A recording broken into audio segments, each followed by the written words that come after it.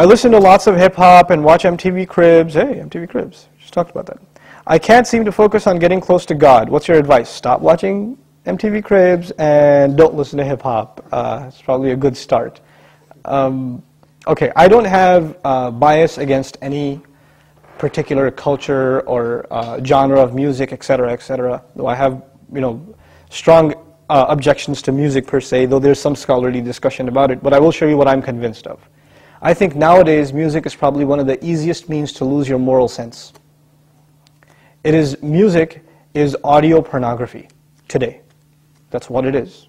It's explicit, it's shameless, it's vulgar, it takes your sense of humanity away from you, it makes you look at women as objects, worse than animals. And these people are talking about women like they're talking about, an animal, really.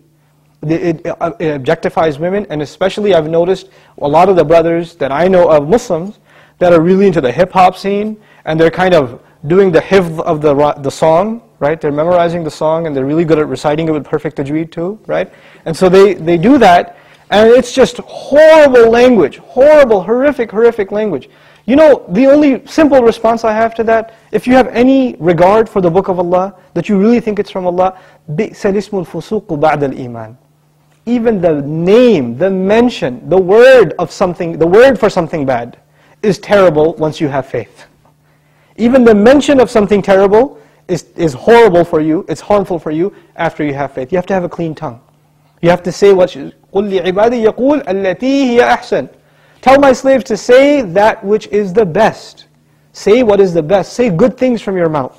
So this is the first thing. When you say horrible things, and you say things that are in direct contradiction to the moral gauge Allah gifted us with, then obviously you're deviating from your natural fitrah, your predisposition to turn to Allah. And when you constantly listen to garbage like that, then you get deviated. And you don't find pleasure except in disobedience to Allah, and that's a sign of a sick heart. So one has to distance themselves from this. This is the first step. And I'll tell you, this is my personal measure, this is not a fatwa, it's my personal analysis, you don't have to take it. But if a person finds listening to the Qur'an annoying, after they've been listening to hip-hop and this and that for a long time, and as soon as somebody puts the Qur'an on in the car, you know what they say? Oh man, turn that off, man, I don't want to, I just want to talk. And they immediately, they get a little annoyed when they hear the Qur'an. That actually means the shayateen have taken over. And they're constantly making waswas out of this person. Because what do the shayateen hate the most? Yes, they hate the Qur'an.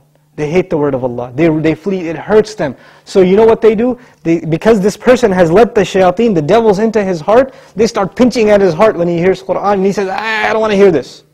Right? It's like surgery, it's like pulling a tooth for this person. This happens. When you try to give this person a reminder from Allah's word, they get annoyed by it, like agitated, like an allergic reaction. Why? Because they've let the shayateen in. To let them out, the first thing you got to do is stop supplying them with fuel. This is fuel. This useless wasting of time, this is fuel for shaitan. They love that you waste your time.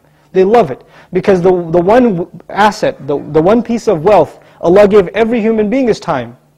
And what is music and TV and YouTube and Facebook and MySpace and like Twitter and whatever else? If you're spending hours and hours and hours on this stuff, what is it except destroying your time? It's taking that one asset away from you. Shaitan would love nothing more. May Allah subhanahu wa ta'ala give you the strength to get away from these temptations.